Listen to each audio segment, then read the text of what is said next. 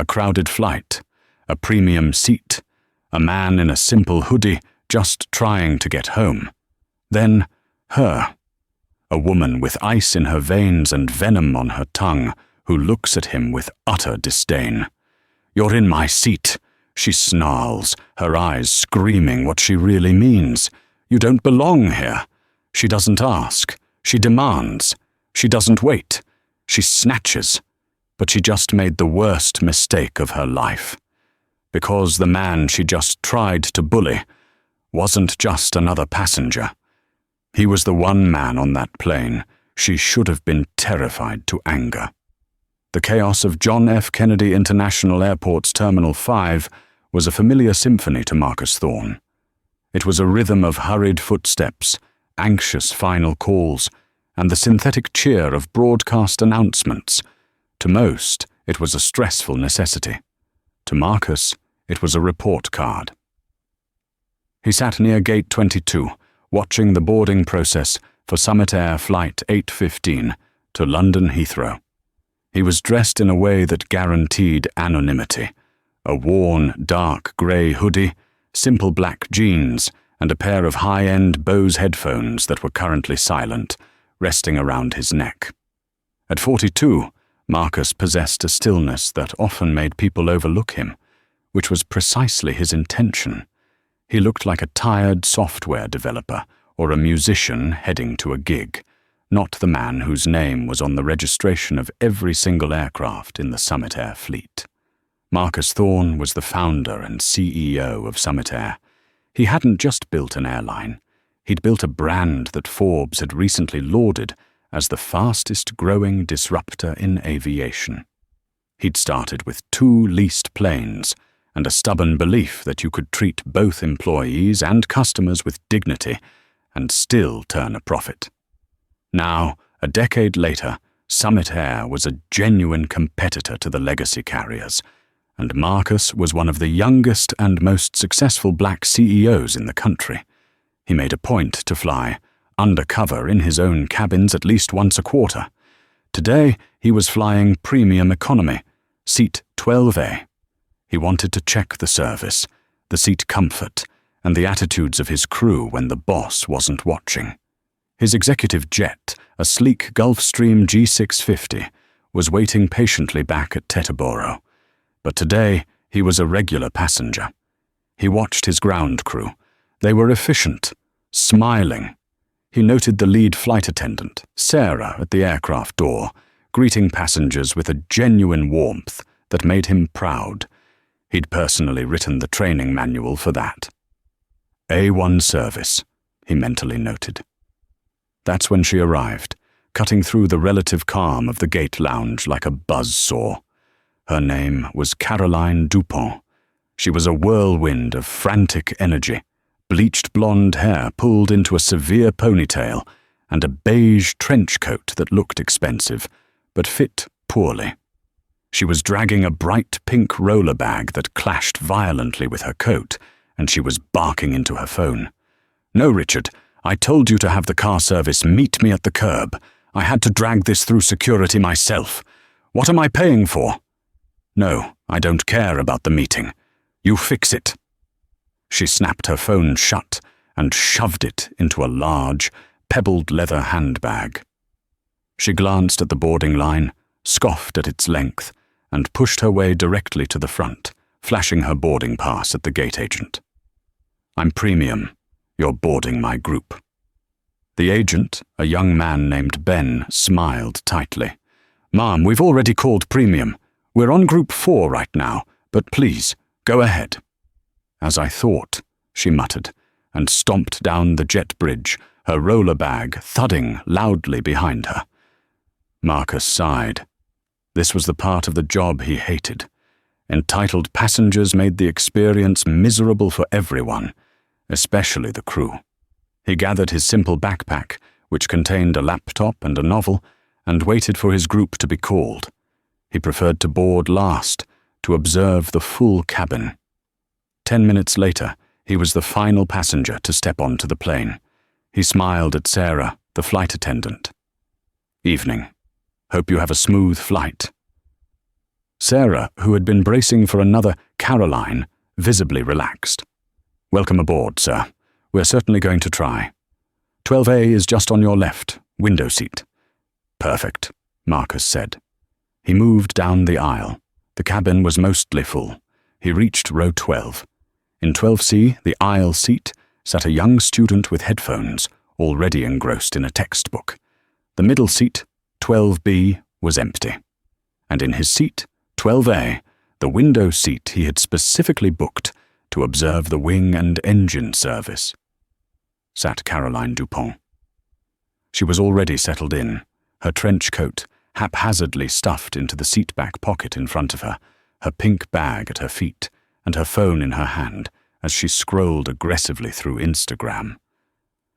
Marcus stood in the aisle for a moment, waiting to be acknowledged. He wasn't. He cleared his throat. "Excuse me." Caroline's head snapped up. She didn't just look at him. She assessed him. Her eyes traveled from his hoodie to his jeans and back to his face. Her upper lip curled in a tiny, almost imperceptible sneer. "What?" she snapped. "I'm sorry," Marcus said calmly, holding up his boarding pass. "I believe you're in my seat. I have 12A. Caroline didn't even glance at his pass.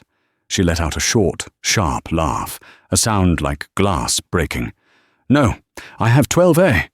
I paid for the window. You must be mistaken." "Ma'am, I'm quite sure," Marcus said, his voice still level. "This is 12A. Perhaps your pass says 12B. I don't do middle seats," she spat, as if he'd accused her of a crime. "Now, if you'll excuse me, I'm busy. Go find your actual seat, probably in the back." The student in 12C looked up, his eyes wide, before quickly burying his head back in his book, not wanting to be involved. Marcus felt the familiar, dull throb of frustration. He wasn't angry as a CEO. He was weary as a man. "Ma'am," he said, a little more firmly, "I'm not trying to cause a problem. I just want the seat I paid for. Can you please show me your boarding pass?" This, it seemed, was the ultimate offense. Caroline Dupont's face flushed a deep, blotchy red. The audacity of this man, this person in a hoodie, questioning her. "Show you my pass," she scoffed, her voice rising in pitch, drawing the attention of the passengers in rows 11 and 13. "I don't have to show you anything. I am in my seat. I am a platinum-level flyer, and I always get the window." Marcus knew for a fact that Summit Air's top tier was Ascend, not Platinum. She was lying, and poorly. "Ma'am, I'm sure it's an honest mistake," Marcus said, maintaining a patience that was costing him serious effort.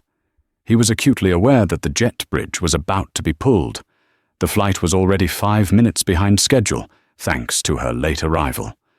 "The only mistake here is you," she retorted, turning her body fully towards the window, presenting him with her sharp, bony shoulder.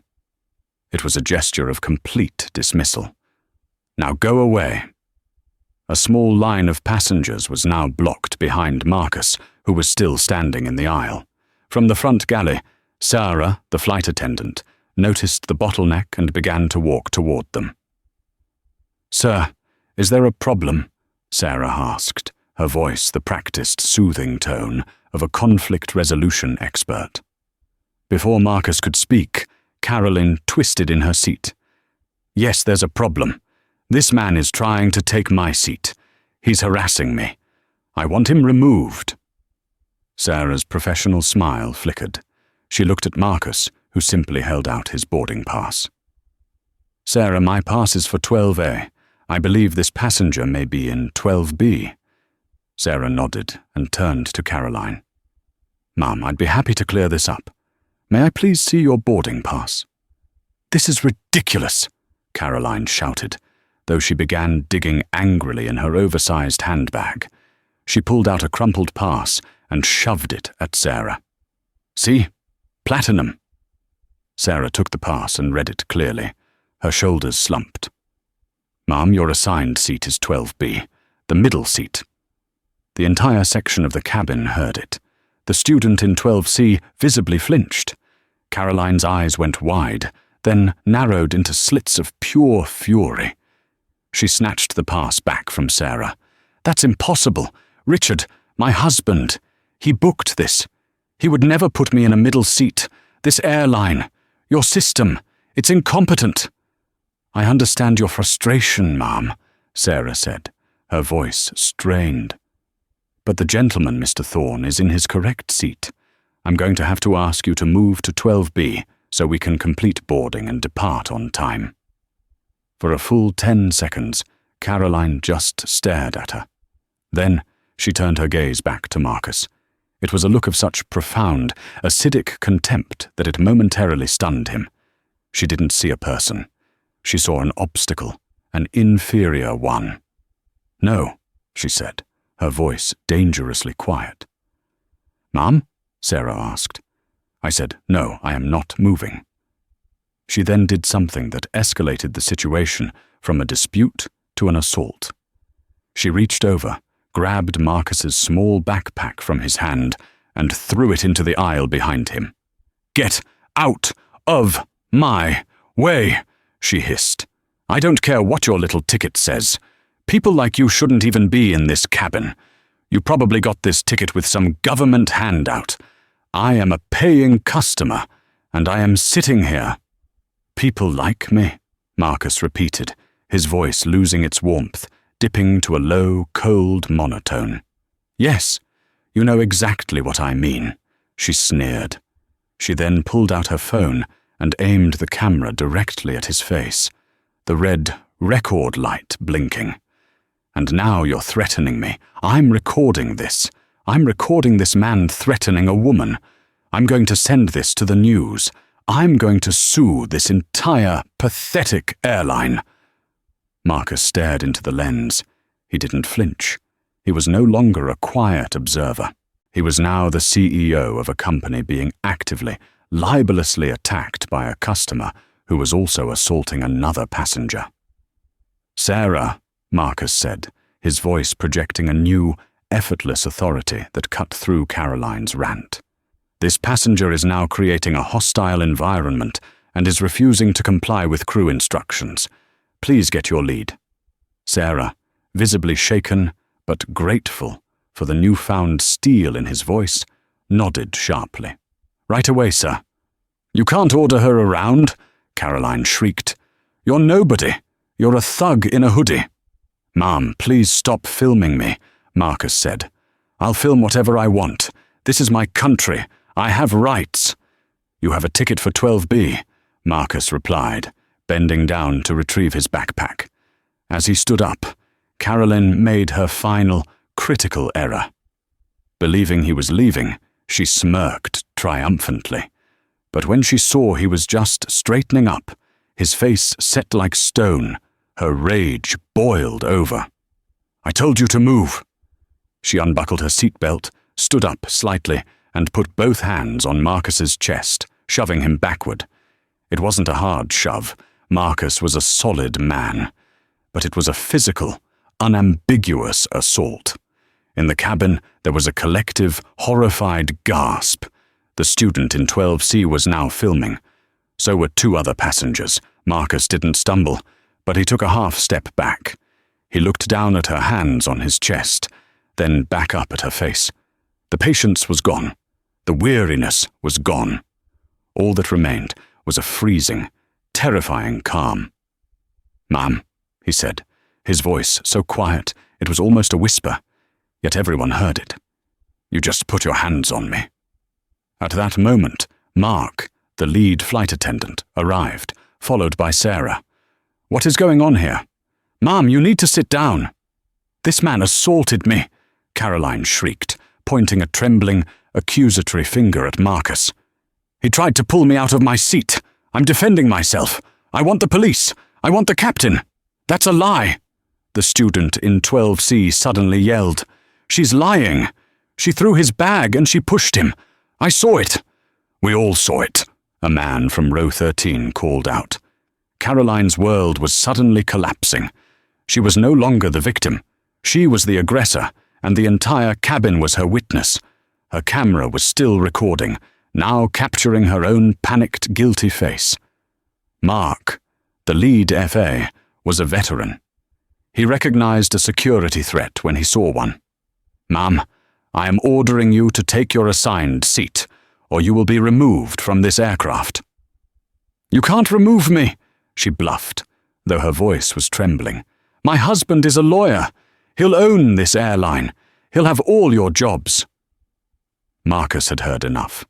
This had gone on long enough. He'd seen the crew's response.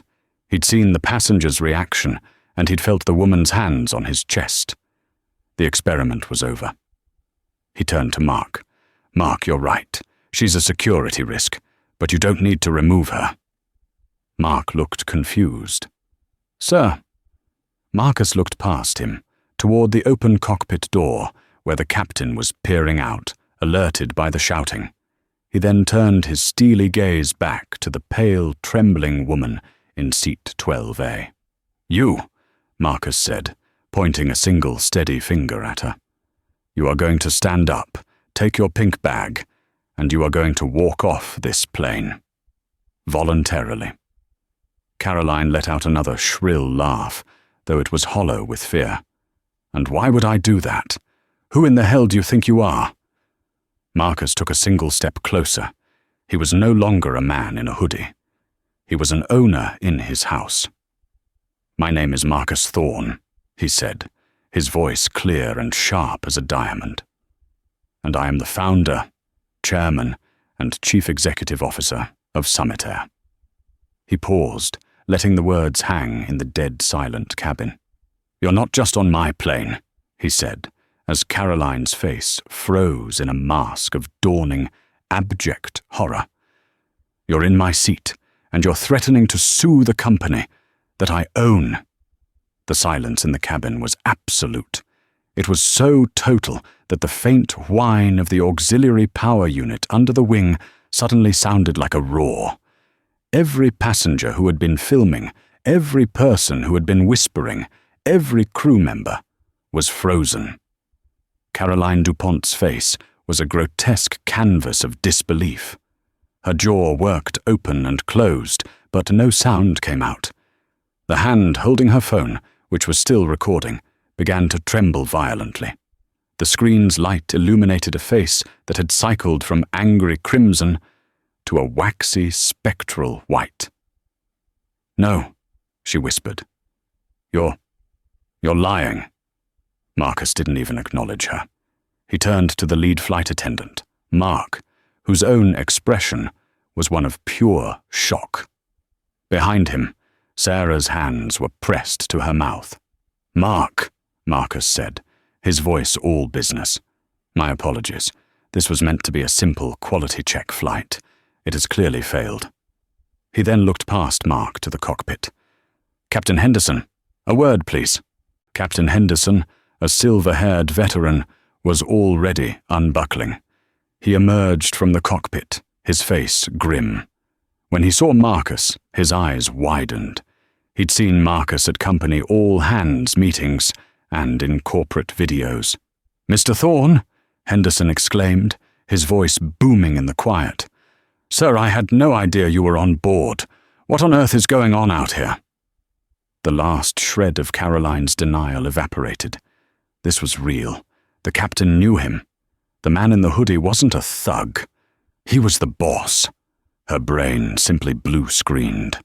She sank back into seat 12A, the seat she had fought so viciously for, as if its fabric could somehow swallow her. "Captain," Marcus said, "we have a passenger in 12A who is assigned to 12B, who has refused multiple crew instructions, verbally harassed and slandered my company, and physically assaulted me." "Assaulted?" Henderson's face darkened. "She pushed me, yes," Marcus said flatly. "And she threw my property. It's all on video. Several passengers, in fact, are recording." At this, a half-dozen phones, including Caroline's, were guiltily lowered. "I see," Henderson said. He looked at Caroline with zero tolerance. "Ma'am, On behalf of the flight crew, you are a clear and present threat to the safety and order of this flight. I am ordering you to deplane immediately." "Please," Caroline finally choked out. The venom was gone, replaced by a desperate, pathetic whimper. "No, I didn't mean. I was just upset. My husband, Please, I have to be in London. I have a meeting." "Your meeting is cancelled," Marcus stated. He looked at Mark. "Mark, please call Port Authority security to escort Ms. DuPont to a public area. She is not to be detained, but she is to be removed from this secured zone. Her ticket will be refunded in full." "Wait!" Caroline shrieked, finding her voice again. "You can't just ruin my life. It was a mistake. I'll move. Look, I'll move." She scrambled to grab her bag from the floor, but it was too late. 2 Port Authority officers, who had been alerted by the gate agent, were already walking down the jet bridge. "You're doing this because I'm white!" she suddenly screamed, a last, desperate and utterly false accusation. "This is reverse discrimination. You're all against me." The cabin erupted in a chorus of "No!" and "Shame on you." The man in row 13, who had spoken up earlier, yelled, "We all saw what you did. You're a racist bully." "That's enough," Marcus said, his voice a whip crack that silenced the cabin again. He looked down at Caroline, his eyes filled not with anger, but with a profound and weary disappointment. "Your behavior is what's condemning you, Ms. DuPont. Nothing else.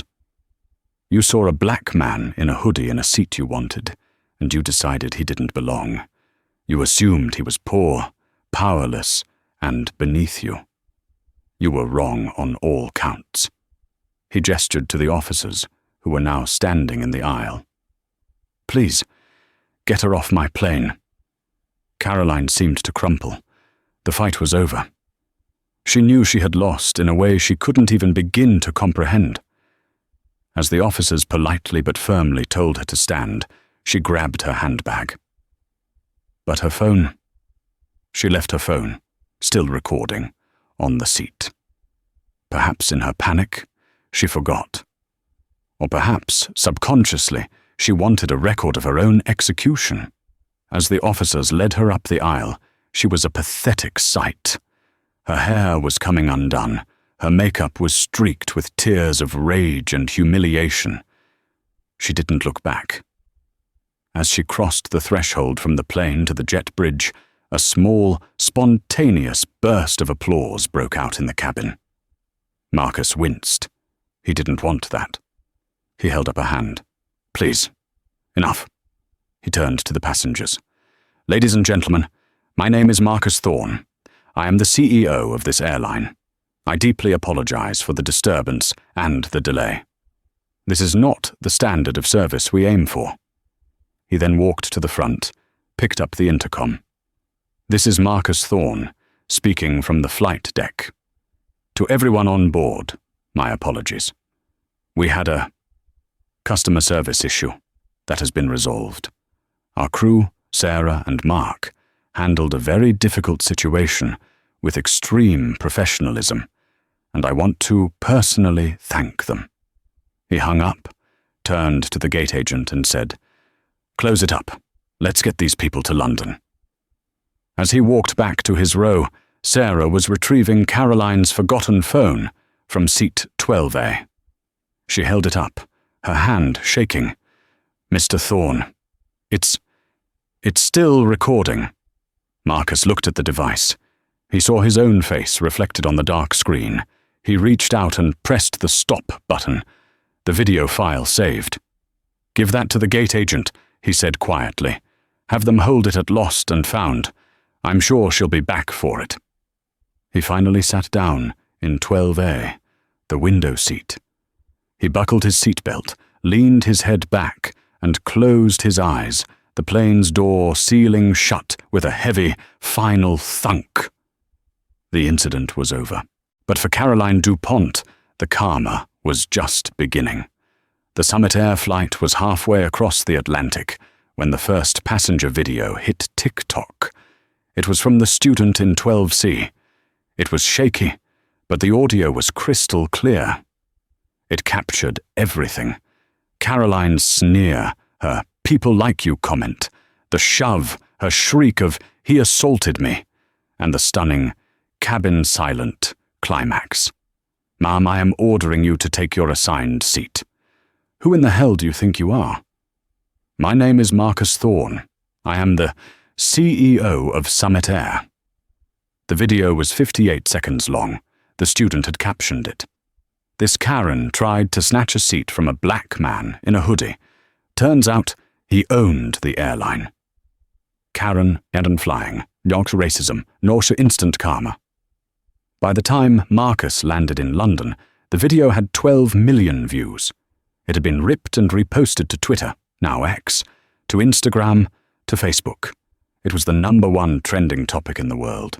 News outlets like the Daily Mail, the New York Post, and Newsweek had already embedded the video in articles with blaring headlines. Shocking video. Entitled passenger physically assaults man who turns out to be airline CEO. You're a thug. Woman's racist rant at Summit Air CEO Marcus Thorne goes viral. Who owns the plane? Caroline DuPont identified as woman in Summit Air shove video. The internet, with its terrifying crowd-sourced efficiency, had identified her in under an hour. Caroline DuPont was trending.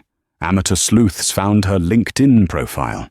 And this is where the karma began, its relentless, crushing descent. Caroline DuPont was not, as she had implied, a woman of independent wealth. She was the senior vice president of crisis communications at Stanton Global, a high-powered, image-conscious PR firm in Manhattan. Her job was to advise CEOs and celebrities on how not to be on the receiving end of a viral scandal. Her entire career was built on managing public perception, optics, and de-escalation. The irony was so rich, it was practically radioactive. Stanton Global's switchboard was inundated. Their social media pages were flooded with the video and one-star reviews. "Is this who you have managing your crisis?" one popular comment read. "A crisis creator?" By 9:08 a.m. London time, 4:08 a.m. in New York, Stanton Global's emergency board had convened. By 4:15 a.m. they had voted. By 4:30 a.m., a short, brutal press release was on the wires. Stanton Global has been made aware of a video in circulation involving one of our employees, Caroline DuPont. The behavior depicted in this video is shocking, antithetical to our company's values, and completely unacceptable. Ms. DuPont's actions do not reflect our commitment to diversity, respect, and professionalism. As of this morning, Caroline DuPont is no longer an employee of Stanton Global, effective immediately.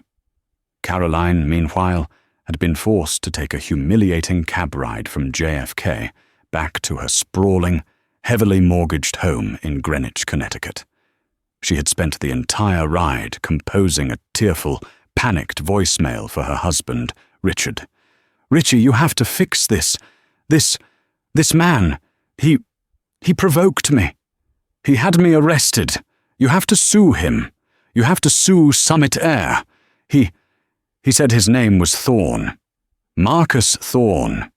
You have to crush him." She finally got home, exhausted and hysterical, and fell into a fitful sleep.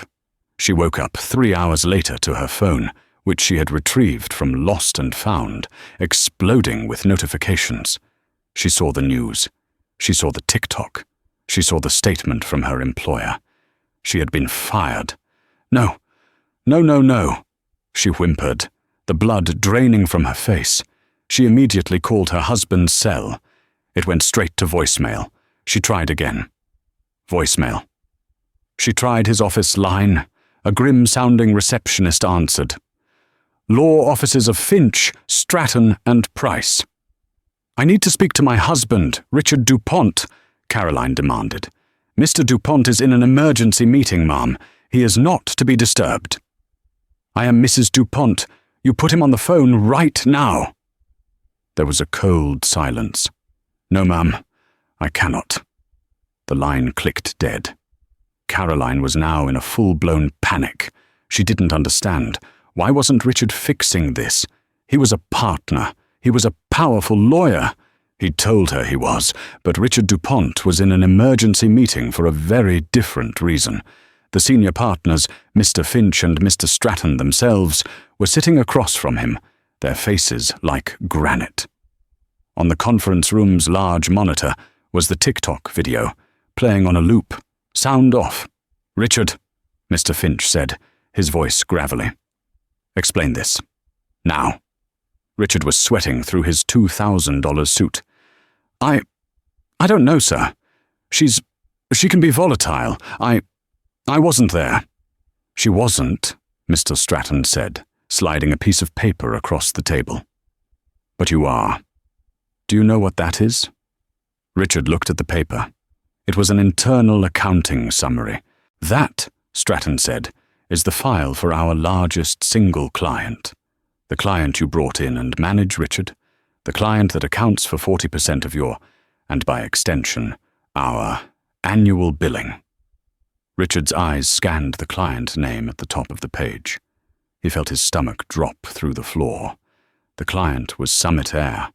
Richard DuPont was not a litigation partner. He wasn't a powerful lawyer who crushed people. Richard was a contracts lawyer. He managed leases.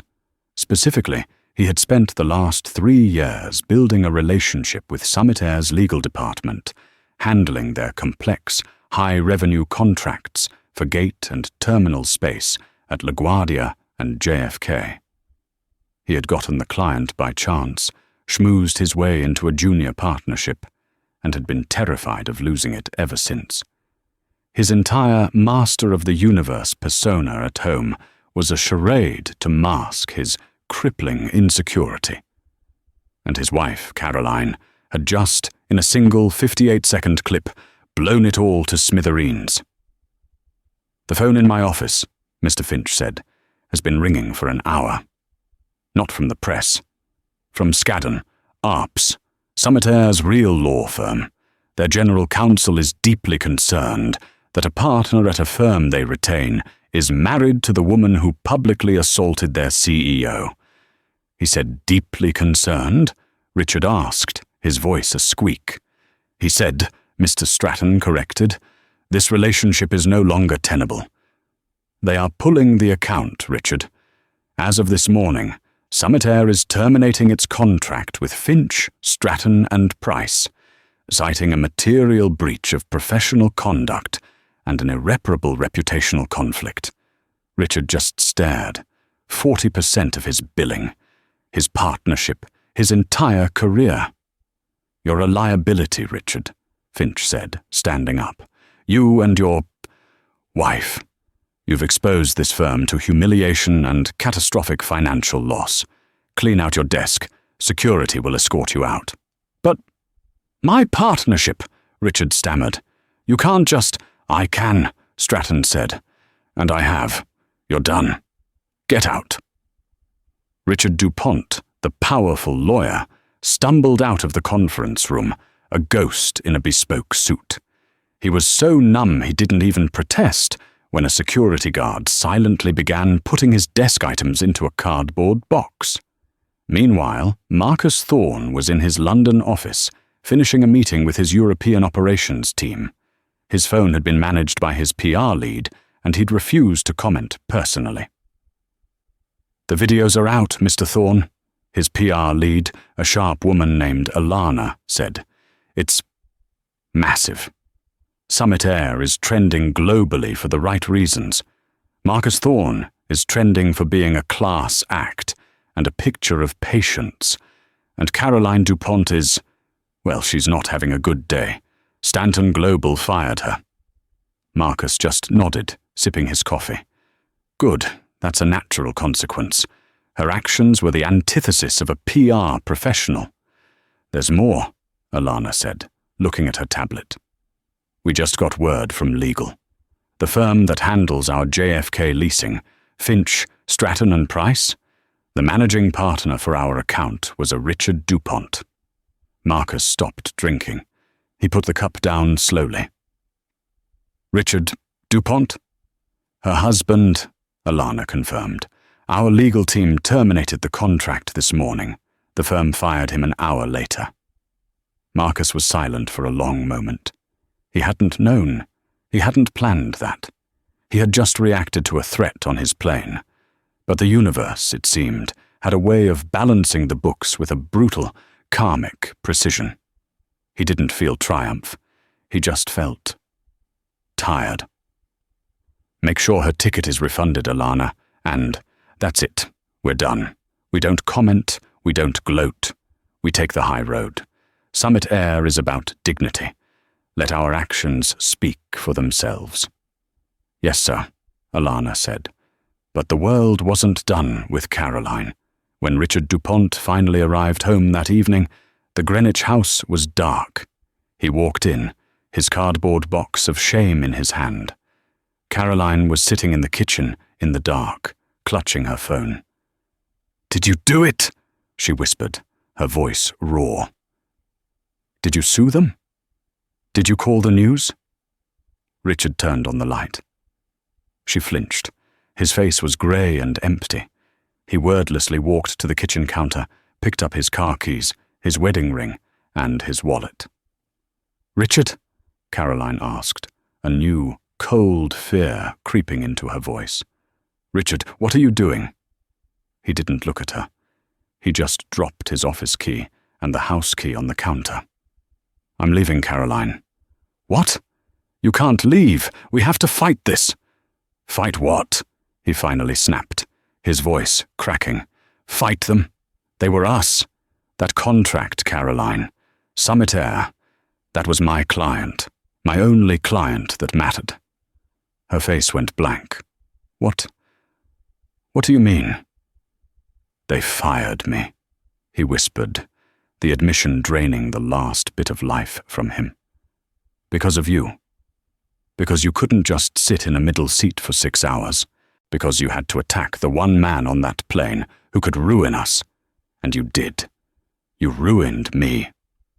"No. Yes. I'm done. The house is in foreclosure. I've been hiding it for months. The car is leased. All of this. It was a house of cards, Caroline, and you just blew it over." He walked to the door. "Where are you going?" she screamed, running after him.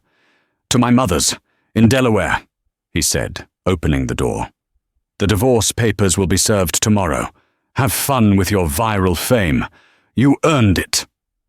He walked out, closing the door behind him, leaving Caroline DuPont alone in the dark, in a house she no longer owned, with a career she no longer had, and a husband who was gone forever. In the digital age, fame is fleeting, but infamy is an eternal digital tattoo. The Summit Air Karen story did not just dominate the news cycle. It became a cultural touchstone, a new shorthand for a specific brand of entitled, racist arrogance. Caroline DuPont, alone in the cavernous, silent Greenwich house, learned this with brutal speed. Her phone, which she'd clutched like a lifeline, had become a portal to her own execution. She scrolled compulsively through the inferno of her own making. She wasn't just a story, she was a meme. There were remixes of her shrieking, "Who in the hell do you think you are?" set to techno beats. There were duet videos on TikTok where users would lip-sync Marcus's calm, "I own this airline," to her apoplectic face. Late-night hosts, from Stephen Colbert to Jimmy Kimmel, had her video in their opening monologues. "A woman on a plane tried to pull rank," one said, to studio laughter. "She told the guy she was platinum level. Turns out he was owner level. That's one upgrade she wasn't ready for." She read the comments, thousands of them, a torrent of digital acid. "I hope she lost her job." "She did. Stanton Global fired her. LMAO. "Good. Now, do her husband. He got fired too. He was their lawyer." This is the best karma story of the year. She would hurl her phone across the room, only to crawl over and retrieve it minutes later, a glutton for her own punishment. She saw her face, her sneer, her moment of frozen horror reflected back at her 1,000,000 times, from 1,000,000 different screens. But Caroline DuPont was a fighter, or more accurately, she was a cornered animal, incapable of accepting defeat. Richard was gone. Her job was gone. But her rage, that was still hers. She found a lawyer, not a partner from a firm like Finch, Stratton and Price. She found a man named Artie Gelman, a lawyer whose face was plastered on the side of city buses under the slogan, "Hurt, in a wreck, get a check." He met her in his cramped office above a check-cashing store, a place that smelled of stale coffee and desperation. "It's a slam dunk, baby," Artie said, leaning back in his squeaking chair, his floral print tie stained with what looked like mustard. "A clear-cut case. You, a respectable woman, were intimidated, harassed, and then doxxed by a major corporation. This Marcus Thorne. He used his power as a billionaire CEO to humiliate you. It's a David and Goliath story. And you, Caroline, you're David."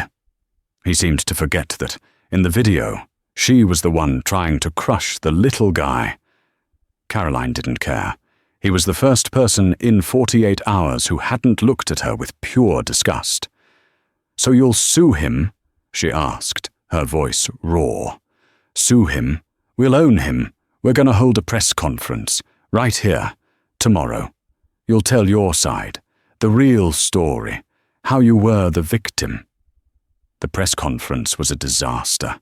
The only media that showed up were 3 local access bloggers with iPhones and a stringer from the New York Post who looked profoundly bored. Caroline, wearing her most expensive and soon-to-be-seized Chanel suit, stood at a rickety podium and read from a prepared statement. "I am the real victim," she began, her voice trembling with what she hoped passed for fear, but was really just rage.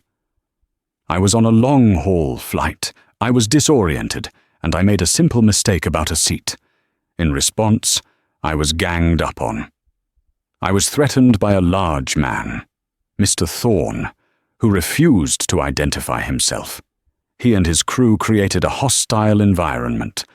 They intimidated me, and in the end, Mr. Thorne used his immense power to bully a female passenger." One of the bloggers interrupted. "Did you push him?" "I was defending myself. He was looming." "Did you say, 'people like you'?" the Post reporter asked, not even looking up from his notepad. My words were taken out of context. This is reverse discrimination. I am being attacked because I am a white woman, and he is a powerful black CEO." It was the final, desperate grenade, and it blew up in her hand. The backlash to the press conference was immediate and 10 times more severe. The lie was too blatant, too ugly, and that's when the other passengers truly entered the fray.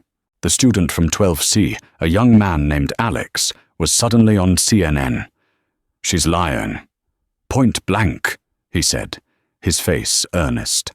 "I was right there. He was polite. He was calm. She was the aggressor. She threw his bag.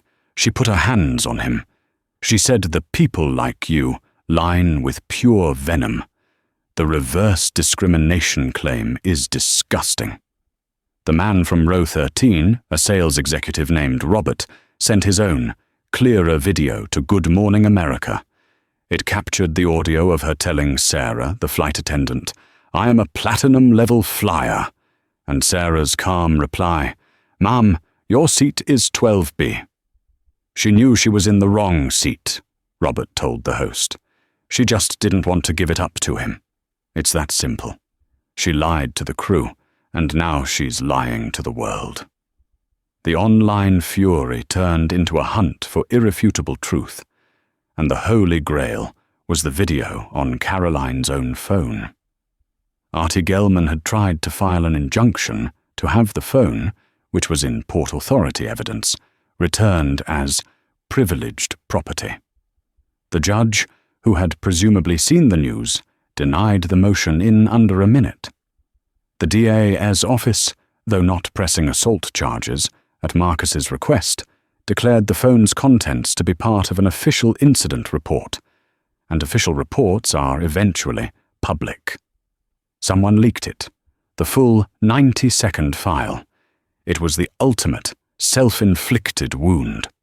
The video, shot from her own perspective, showed a perfectly calm, non-threatening Marcus. It recorded her own voice, dripping with contempt. "I don't have to show you anything." It recorded her own shriek. "This man is harassing me!" It captured her hand, reaching out and shoving his chest. It recorded, with perfect clarity, her final, fatal words. "Who in the hell do you think you are?" Her entire narrative was not just debunked. It was annihilated by her own hand. The New York Post cover was a single, grainy screenshot of Marcus from her phone's perspective, with the blaring headline, "Karen's Eye View. Lying passenger's own phone proves everything." Artie Gelman's office called her. It wasn't Artie. It was his receptionist. "Mr. Gelman is dropping your case, Ms. DuPont. He cited a fundamental conflict of facts. Please don't call this office again." The click of the phone was the sound of her last escape route closing. Then came the gravity of her finances. Richard's house of cards was a literal term. The notice of default was taped to the heavy oak door of the Greenwich home. The foreclosure was swift. An auction was set. Caroline was given 72 hours to vacate. The humiliation of the estate sale was a new circle of hell. Strangers, her former neighbors, bargain hunters, walked through her house, picking at the bones of her life. They opened her closets, fingered her clothes, tapped on her leased furniture. "These handbags are fake," she heard one woman whisper, dropping her Chanel knockoff. All of it. It was all a show. She left with 2 suitcases, a box of photographs, and $4,200 in a checking account she'd hidden from Richard. The bank had already frozen their joint accounts to cover his professional liabilities. She found an apartment online, sight unseen, a studio in Stamford, in a complex called Parkview. It was all she could afford. When she arrived, she found Parkview was a concrete slab from the 1970s that smelled of mildew and boiled vegetables. Her unit was 400 square feet, with a stained beige carpet and a view of the dumpster. She was now not just an internet villain. She was a pariah. And she was poor. She had to work. She began applying. She still had her PR resume. She sent it out. Silence. She got a few phone interviews, her voice a model of calm professionalism. "You sound wonderful, Caroline." She was using her middle name. "We'll be in touch." Silence.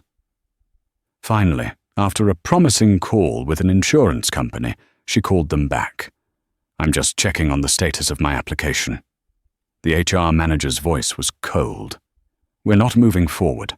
A simple Google search of your name, Ms. DuPont, brought up significant concerns.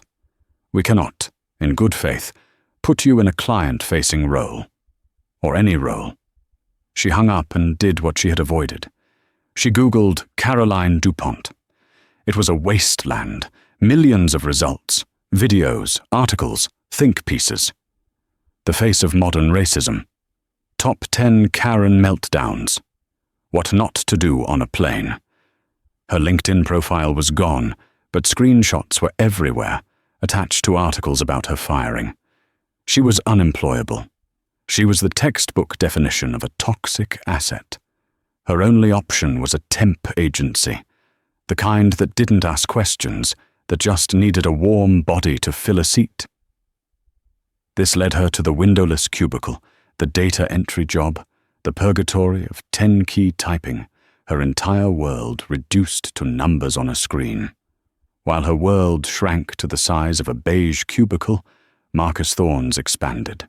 He was, as Alana, his PR lead, had told him, an accidental folk hero. "Marcus," she said, in his actual London office, showing him a tablet, "Summit Air's stock is up 8%. Our net positive brand sentiment is at 95%, which is unheard of in the travel sector. Bookings are up 22% for the next quarter. People love you." Marcus just looked tired. "I don't want to be loved for this, Alana. I just wanted to check on the cabin service." "I know," she said gently. But it happened. The world saw a calm, dignified black man being attacked by a racist, entitled white woman. And then they saw you weren't just another passenger. You were the man in charge. It's a powerful narrative. The question is, what do we do with it? Marcus was silent for a long time. He looked out the window at the London skyline. "We don't talk about her," he said finally. "Ever. We don't comment. We don't gloat. We don't even acknowledge her existence. She's irrelevant." "And," Alana prompted, "and we take the high road. So high she can't even see us." 2 weeks later, Marcus held a press conference. He didn't mention the incident. He didn't have to. He announced the launch of the Summit Skies Foundation, a $50 million scholarship and grant program to fund aviation, engineering, and logistics degrees for students from underprivileged backgrounds. "A ticket on an airline shouldn't be the only way a kid can reach the sky," he said. "We believe in access. We believe in opportunity. We believe that talent is everywhere, but opportunity is not. We're going to change that." The press ate it up. He was lauded as a class act, a true leader, a man who answers hate with generosity. His next move was internal. He flew Sarah and Mark, the 2 flight attendants, to the New York headquarters. In a company-wide town hall, he brought them on stage. "In a situation of extreme, unexpected hostility," he announced, "this team, Sarah and Mark, demonstrated the core values of Summit Air: professionalism, de-escalation, and above all, grace. They followed their training to the letter and protected the safety of the cabin." He then handed them both plaques and announced their promotions to lead in-flight service managers and trainers for the entire Atlantic fleet, complete with a substantial raise. The message was clear. In Marcus Thorne's company, good work was rewarded, and bad behavior simply ceased to exist. Caroline saw it all. She saw it on the tiny, cracked screen of her phone, hunched over her temp job keyboard during her 10-minute break. She saw him praised. She saw him giving away millions.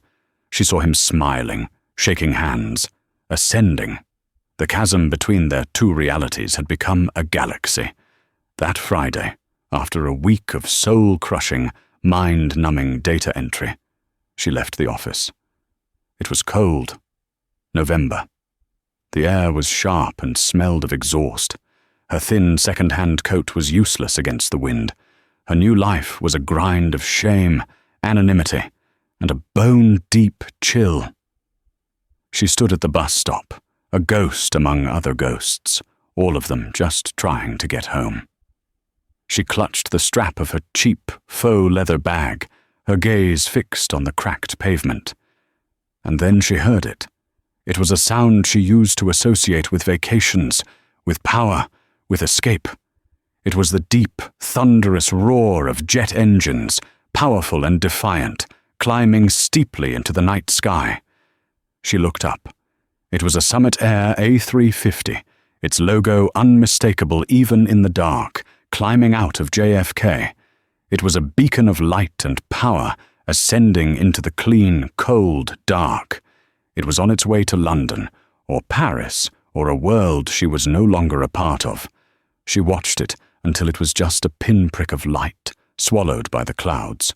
He was up there, in the sky, in the empire he had built, and she was down here, in the cold, her hand half raised for a bus she wasn't even sure was coming.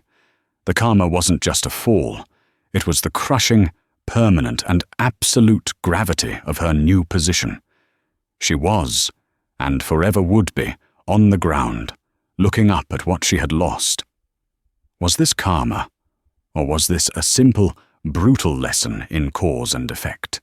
Caroline Dupont didn't just lose her temper, she revealed a deep-seated prejudice and a rotting sense of entitlement. She bet her entire life on the assumption that the man in the hoodie was powerless, and she lost. Marcus Thorne never set out to destroy her. He just went to work. He protected his crew, his passengers, and his company. The consequences that followed weren't his revenge.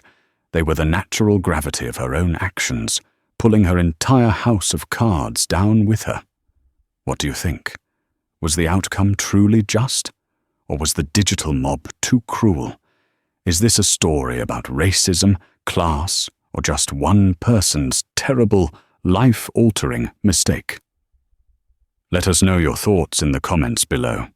We read every single one. And if you love stories where karma delivers the final, crushing word, make sure you like this video, share it with someone who needs to see it, and subscribe to the channel. You won't want to miss the story we have for you next.